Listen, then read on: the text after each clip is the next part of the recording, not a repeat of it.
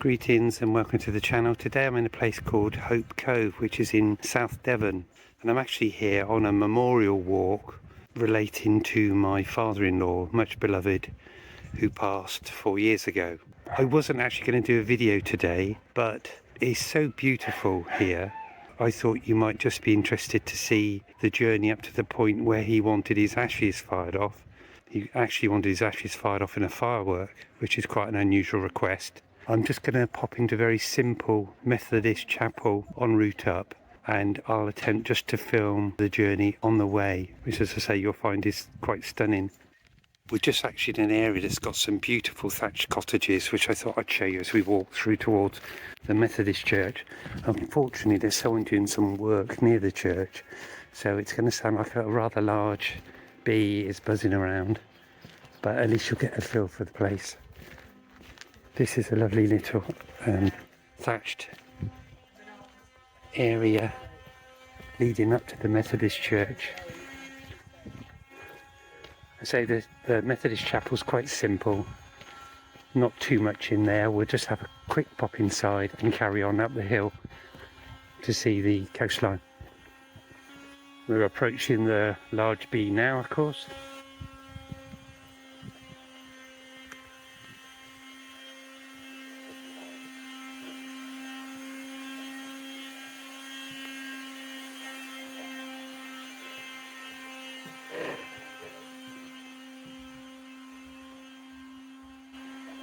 So this is Inner Hope Methodist Church, which, as you can see, is quite simply attired.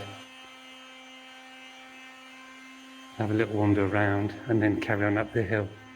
There's a very tiny pulpit here with no steps to it, which is probably the first one I've gone to with no steps, probably. And here is the view from the pulpit. Again, apologies for the buzzing. I need a rather large piece of paper to swat it, I think. In fact, the only old artefact here seems to be the clock, and that doesn't seem that old. Maybe it's the pews at the oldest bit, I don't know.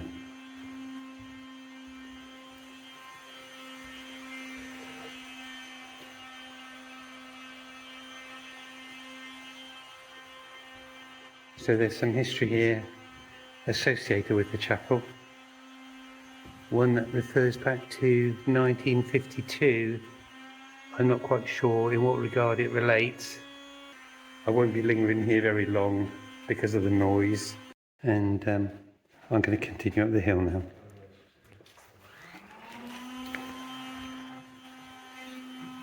Hello. It's all right, take your time, don't worry. Okay.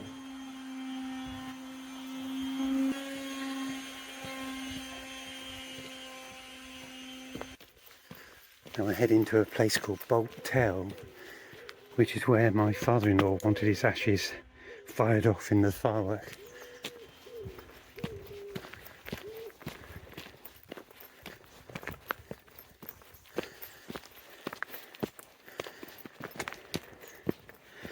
Have you got any unusual requests for how you want your own ashes dispersed? If you have, if you know your intentions, let me know in the comments below.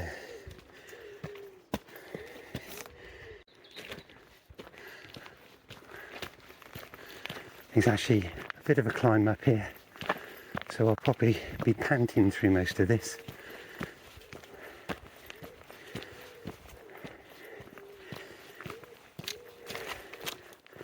I was actually walking with my wife and my son, but somehow we've got disconnected from each other, and I've ended up, I think, on the path that they'll probably descend by. But it's okay, that's the reason I decided to film it, actually, because I thought I'm on my own and I'm not disturbing their own inner thoughts about the event.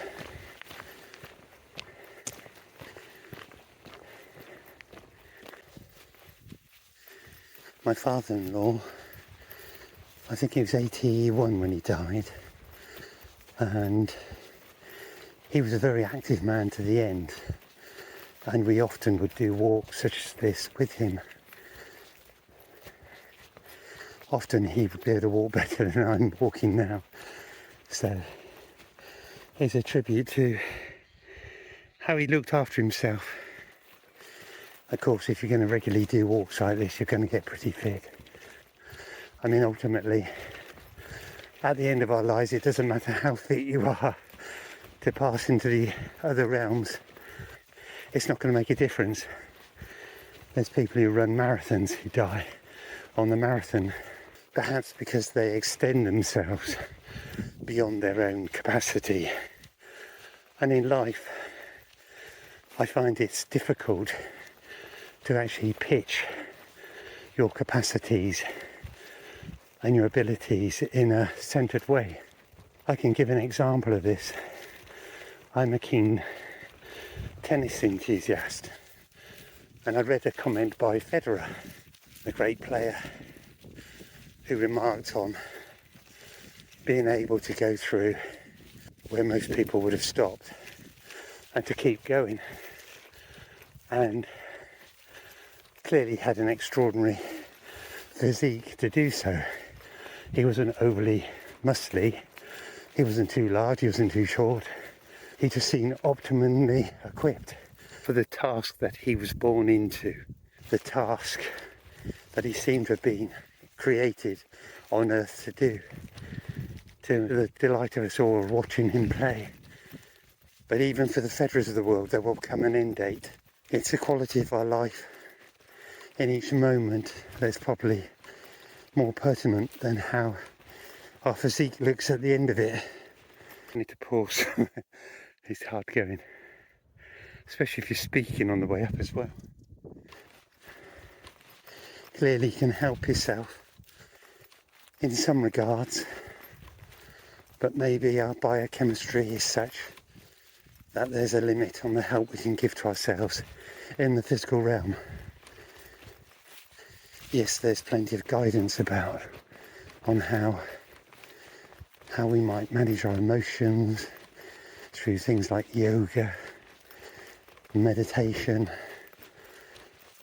and depending on the start point in our lives and the environment around the start point, by which I mean our parents, maybe our siblings if we have them, grandparents and their attitudes to the world, which really before we are aware of our own capacities, we are born into their outlook of the world. And it seems much of life is a task that involves us trying to untangle ourselves from their views and find our own. We're at a sign, you can see in the distance there. So that's where I've just climbed up.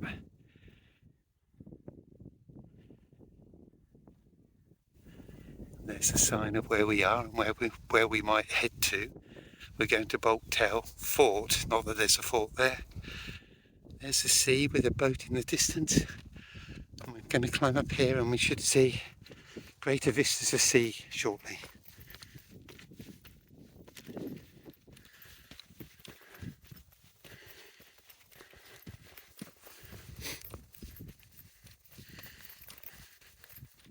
This is what I call my Lawrence of Arabia moment. There's a bit in the film where he gets to the Suez Canal and the music around it always bursts into my mind at these moments. It's music by Maurice Jarre, which are absolutely superb. Lawrence of Arabia is one of my favourite films. So there's na na na na na na na na na na na na na, that sort of thing. Okay, I won't sing any more of it because it'll probably get a copyright strike.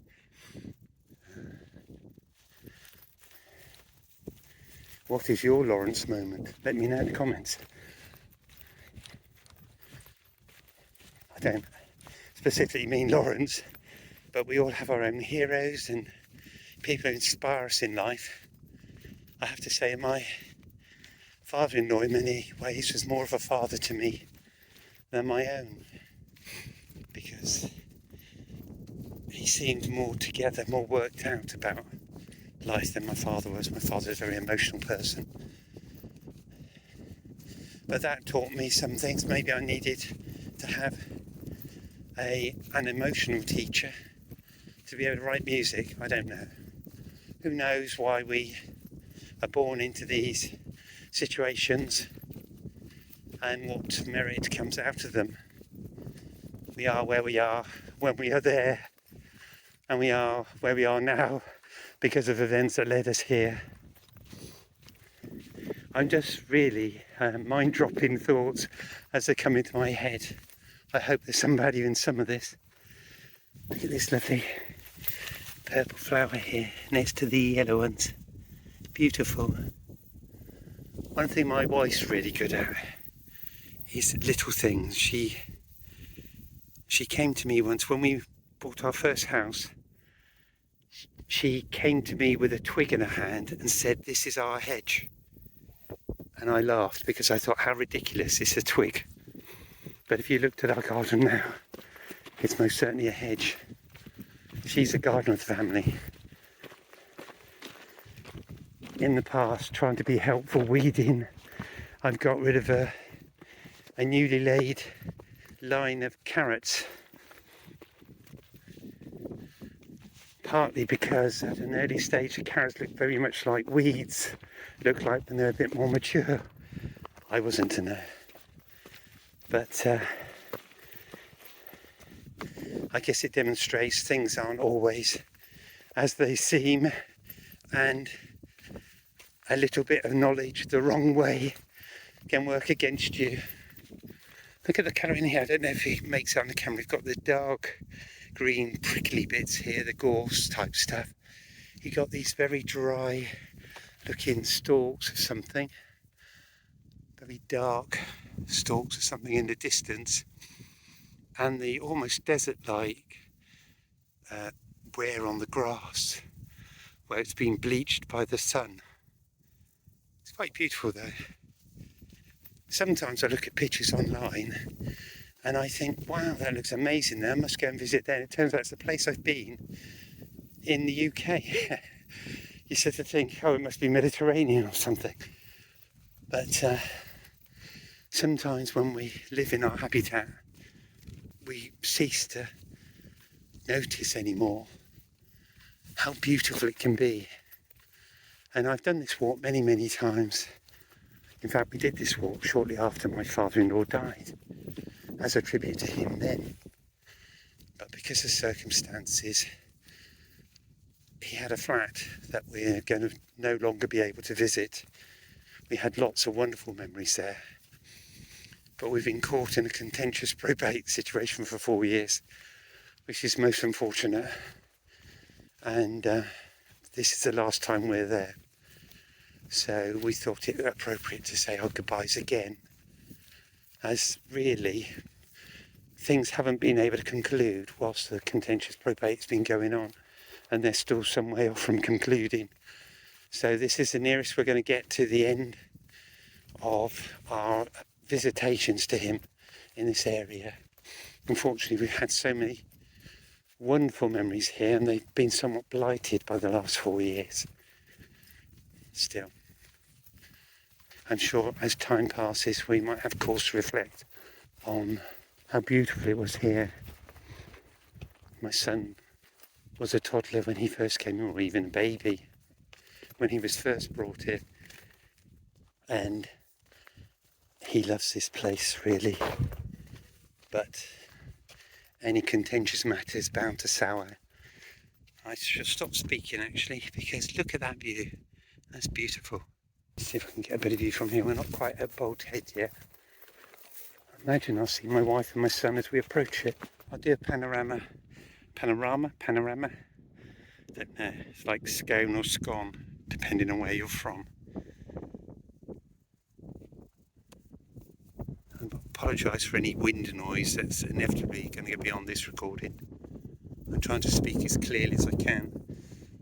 I tend to mumble quite a lot. Unfortunately, which is no help for editing the audio.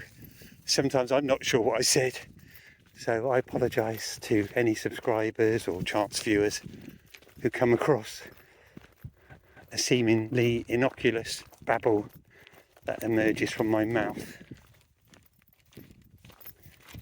But as you can see from the view ahead there, we might get some glimpse. It's beautiful here. I'll be quiet for a bit so you can enjoy it.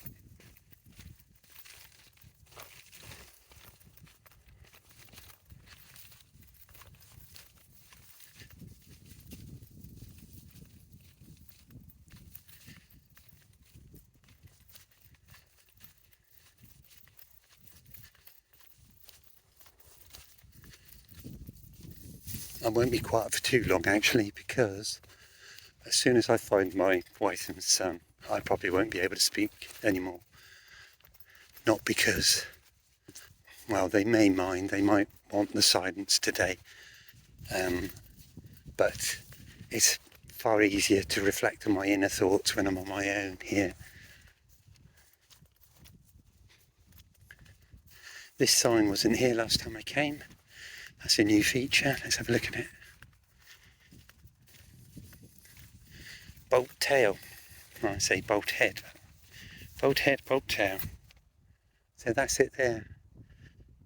You can just see a little image that's got dark blue and white. I think that's my son actually. So I shall chat for a bit more until we get to that point, and then I shall turn the camera off and maybe just film the trip back down to Hope Cove. That's Hope Cove in the distance there. Many times we played on the beach there, and my son's 15 now. As I say, he was a baby when we first came here, so many years of playing on that beach.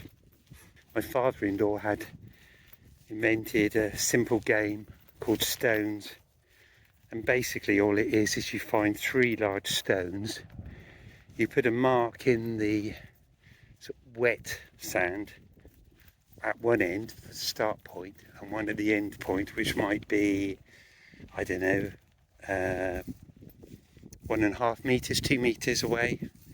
And the idea is that you throw the stone from one end to the other end, and the one who gets closest to the line is the winner, or gets a point. And it would usually be my father-in-law, my wife and myself who would play. So we'd have 3 stones each, and everyone had an opportunity to throw 1 stone, and the person's stone that fell short would then have to go first in the next round, which gave the other throwers an opportunity to displace their stone from the line if it was on it. As I say, it's a simple game, free to play, and a lot of fun. We were quite competitive people, so we found often we want to win. It's first one to 11 points who would win, so there'd be quite a few rounds. I remember one particular game where you had to win by 2 points, and I think both my father-in-law and my wife were on 10, and I had something like 3 or 4 points. But somehow I managed to come back from that deficit and beat them. That was probably my greatest triumph there. But whether I'd won or lost, it didn't matter. It was great fun having a go.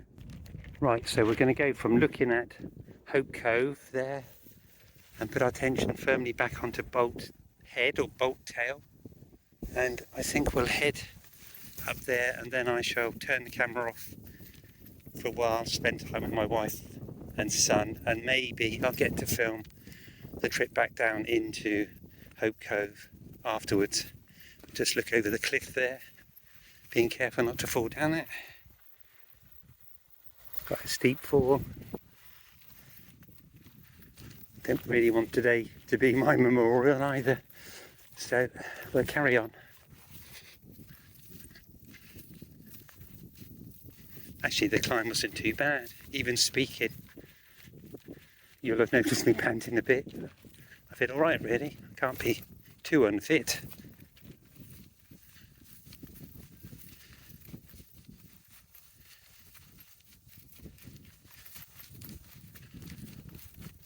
Here's yet another sign, diddy little thing. Please keep to the footpaths. Yeah, very wise. There has been a few collapses of the footpaths close to the sea. So, Bolt Tail Fort, there we are.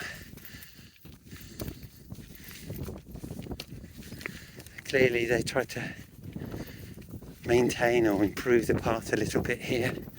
If you're not going to have a gravestone, it's a stunning place to be launched off.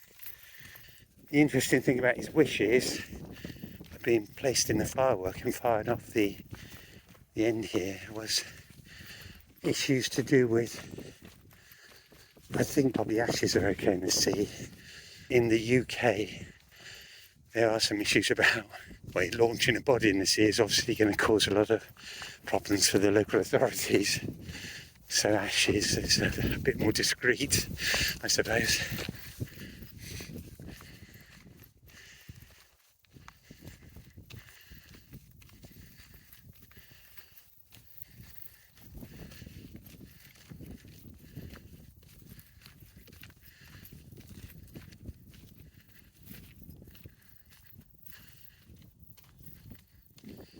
So this is where we come, which is into the sun. Actually, if I was filming it, I went the correct way because I would have the sun in the camera going the other way. So this is much better.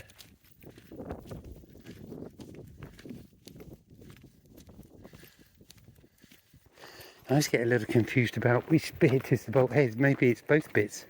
I don't know. I'm not going to get too close to this cliff here. As you can see, pretty precarious.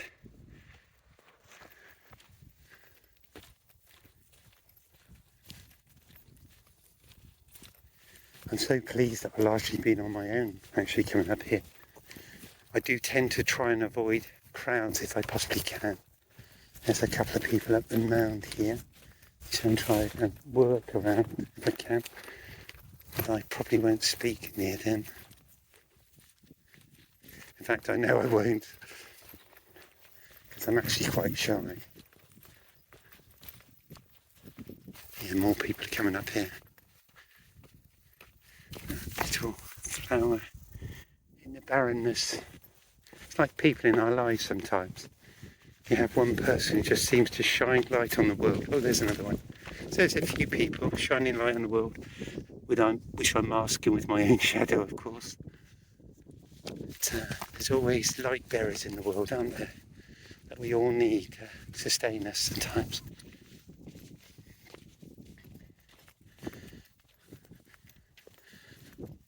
Hello.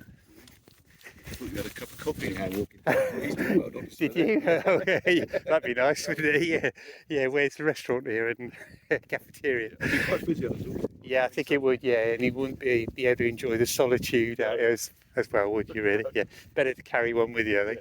Yeah. Have a great day, anyhow. Bye. I've just seen my son and my wife. I'll just give you another panorama from here, I think, into the sun with the wind blowing. That's where we came from. We didn't come from the sea. Well, our ancestors might have been fish. That's where we're going. That's the coastline. In fact, regarding the coastline, further along the coast, I can't really see it with my eyes at the moment, but there's a small island. There's a place called Chalabra.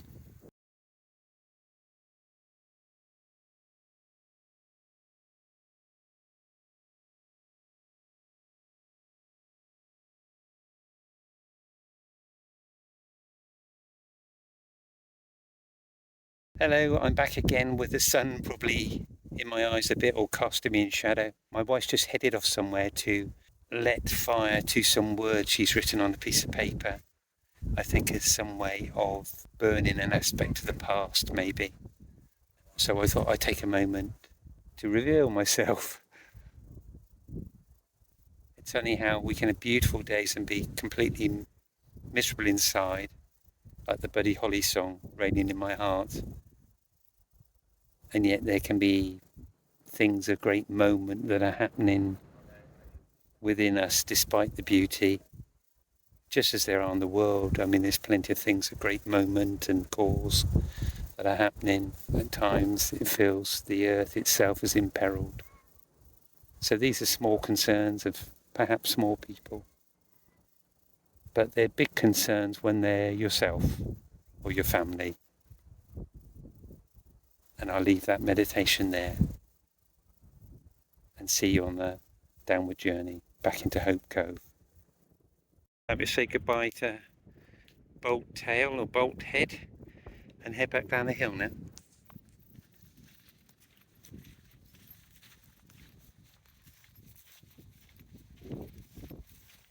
I'll see you both down in Hope Cove then, shall I? Okay.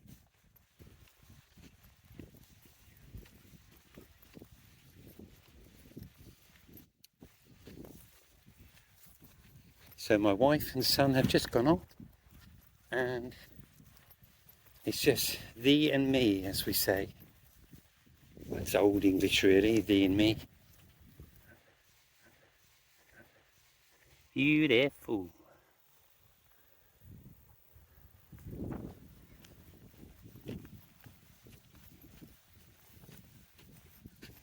So we can enjoy the view together. And I shall share whatever pops in my head. I probably won't think of anything now.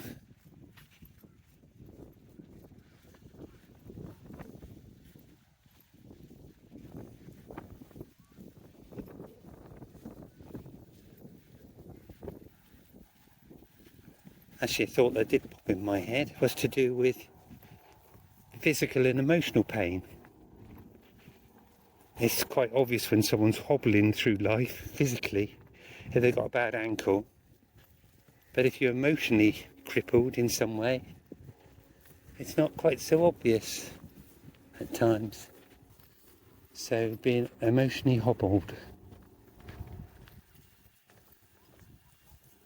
Still, actually I won't talk about that. Let's just enjoy the view, shall we?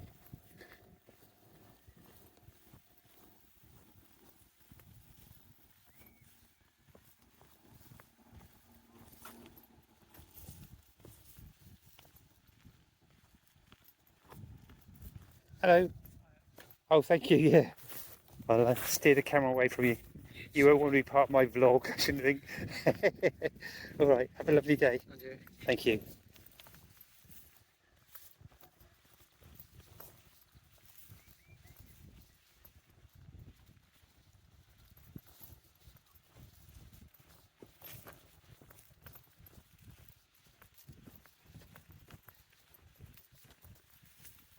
Well, this video is a little bit different from the other church videos. I hope there's some value in it for someone out there. Let me know if it isn't. Let me know if it is, actually, more than if it isn't. I'd rather hear some nice comments than some bad ones. I actually don't mind too much because I think I can take some of the bad comments, probably most times. Obviously, we all like to know what we've done well, and often in life we only get told when we've done something not so well.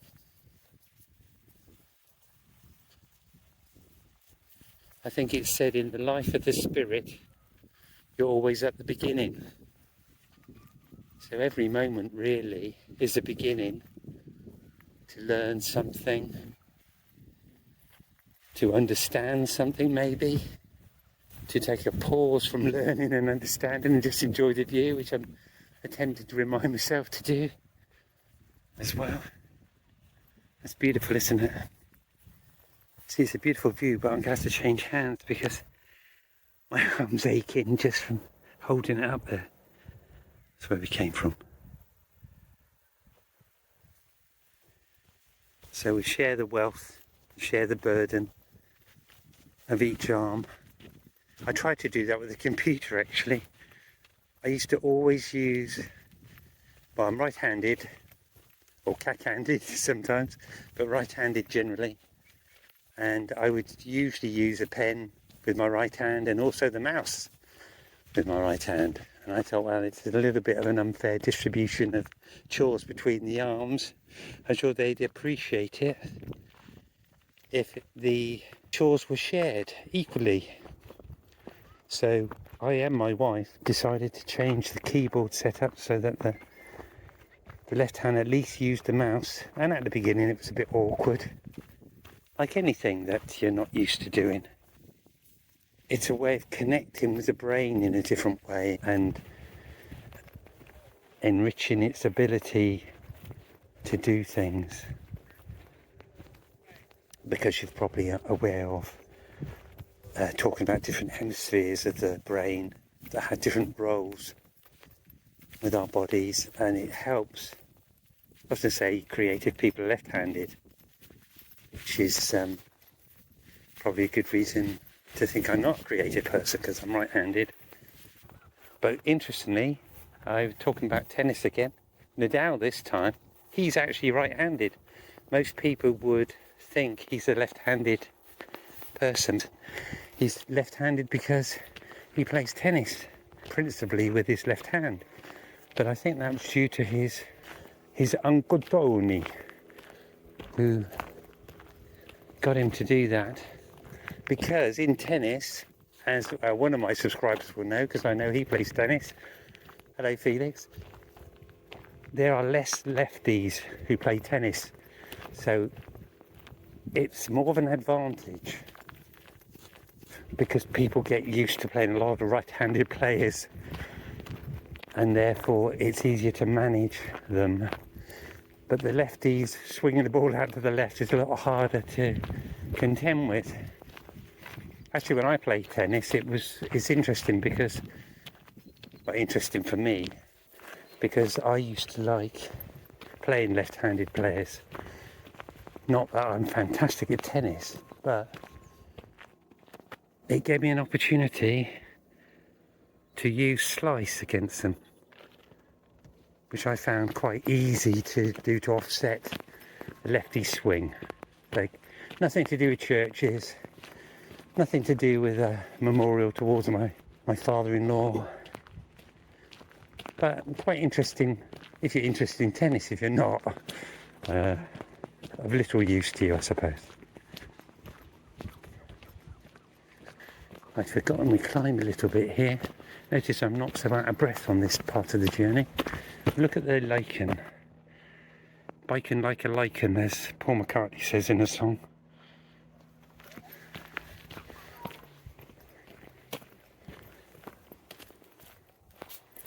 And we shall wend our way down into Hope Cove. I got another Lawrence of Arabia moment there. Morris Shah's music again. Na, na, na, na, na, na, na. Na, na, na, na, na.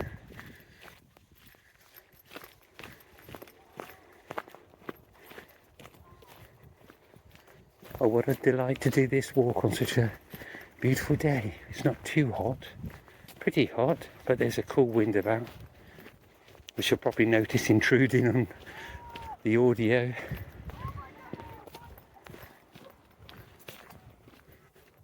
Let's climb this little mound. And the beach is filling up.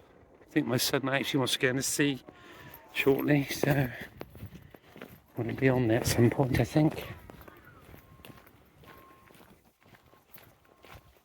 It was so quiet up on the hill, but we're creeping steadily towards the noise.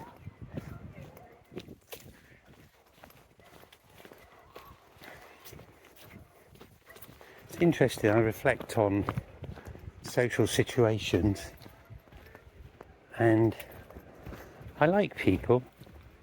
I like finding out about people. I don't necessarily like crowds of people, because I find that the conversations tend to reduce down to uninteresting topics. Whereas if you've got one person in front of you who's got an interest, like I went to a church the other week, and there was a man there who was really enthusiastic about bridges, and he'd seen thousands of them, and that was really interesting to have a conversation with him, someone I might never see again, but it really felt so nice. There was no awkwardness of it being someone maybe you've got issues with, or you know, and I know that Michael Palin, when he did his 80 days around the world, remarked some of the friendliest people, most welcoming people he ever met were strangers. And when he actually got back to London, the most miserable person he seemed to see was at the station. You know, one of his own countrymen So, and yet he was on a boat at one point with some people who couldn't even speak English. And they ate together, and he said the welcome. I think he was on the boat for a few days with the people. And there was just a sense of joy and kinship between them that really moved him at that time. I remember watching it. Just give a little view from here. I lift the camera up. I'm not on tripod. The tripod is my arm. That's the view.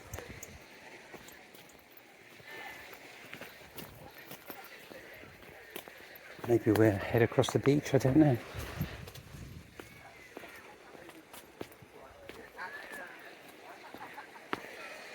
Oh, the tide's coming in, I should say. So maybe we'll walk over the top. It goes up and down a bit. So we'll do that. We're sort of hugging the coastal path. Basically it's the path between where we are and the sea.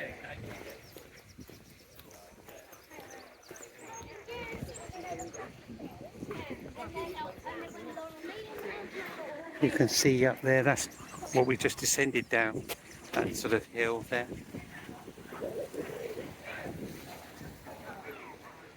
No doubt I'll have to edit out lots of people we pass on the way. I'll try and get in the features such as the lovely thatched cottage here. It's beautiful, really. Try and give you a view of the sea.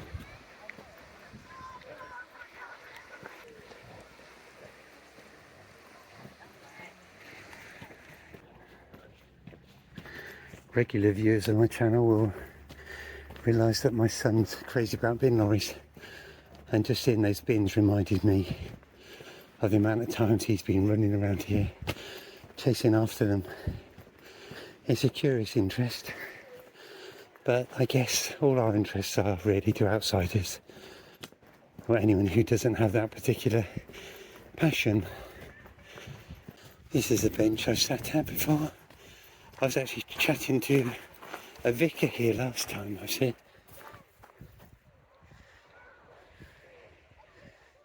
Just happened to be passing and sat down. I offered him a seat actually. So we had a bit of a chat.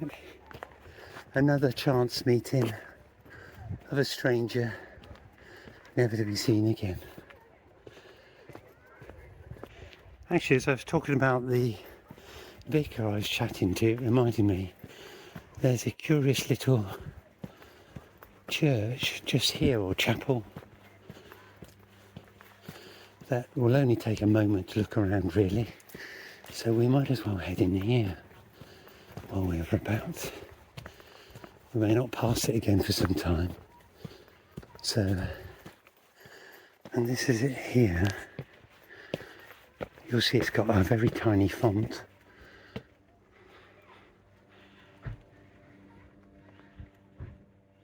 So let's venture inside. In fact, this is probably a bit more interesting than the Methodist church. This is St Clement's Church in Hope Cove.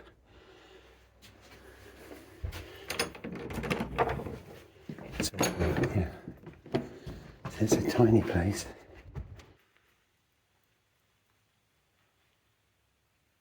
Which is quite nice. Because it's so small, it's very intimate. It's lovely, actually. I'll show you the tiny font, you'll be amazed, I think. It's probably the feature of this video, if you're not into landscape. Look at this. It's so small, it's actually on the window. Quite a dinky little thing, isn't it? Quite cute, I suppose you might say. And look at the light as well streaming in from that window. How lovely is that?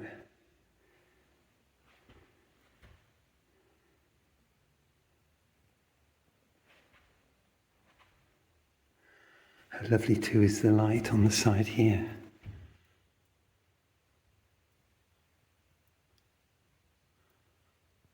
It's quite interesting where they've positioned Jesus on his cross looking through the window as though he's looking towards the light.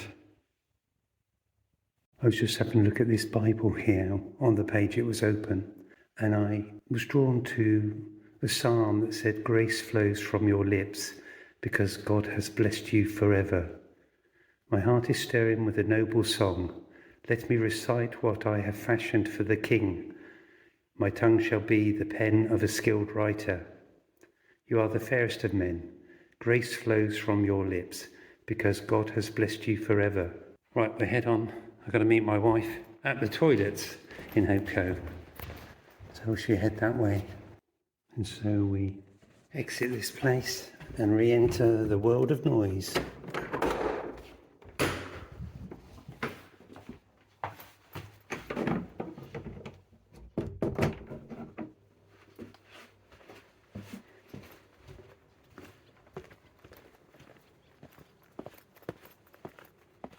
As we re-emerge into society, probably at the end of this path.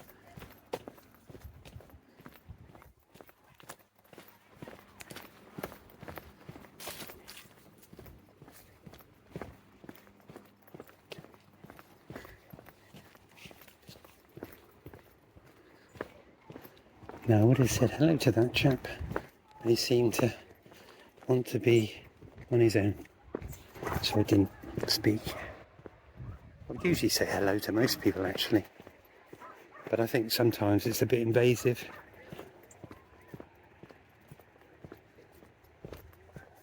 I don't know how much of it is a need to speak because I might feel awkward passing them, or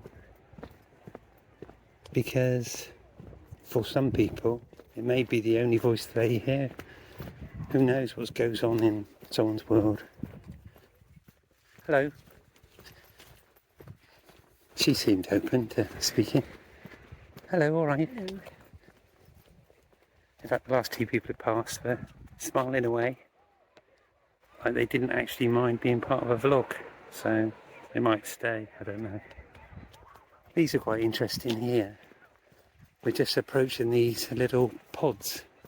I think they were put up pre-COVID, and you can actually, I think you can hire a pod and then you can sit out all weathers and have a beer, I suppose, or whatever your tipple of choice is.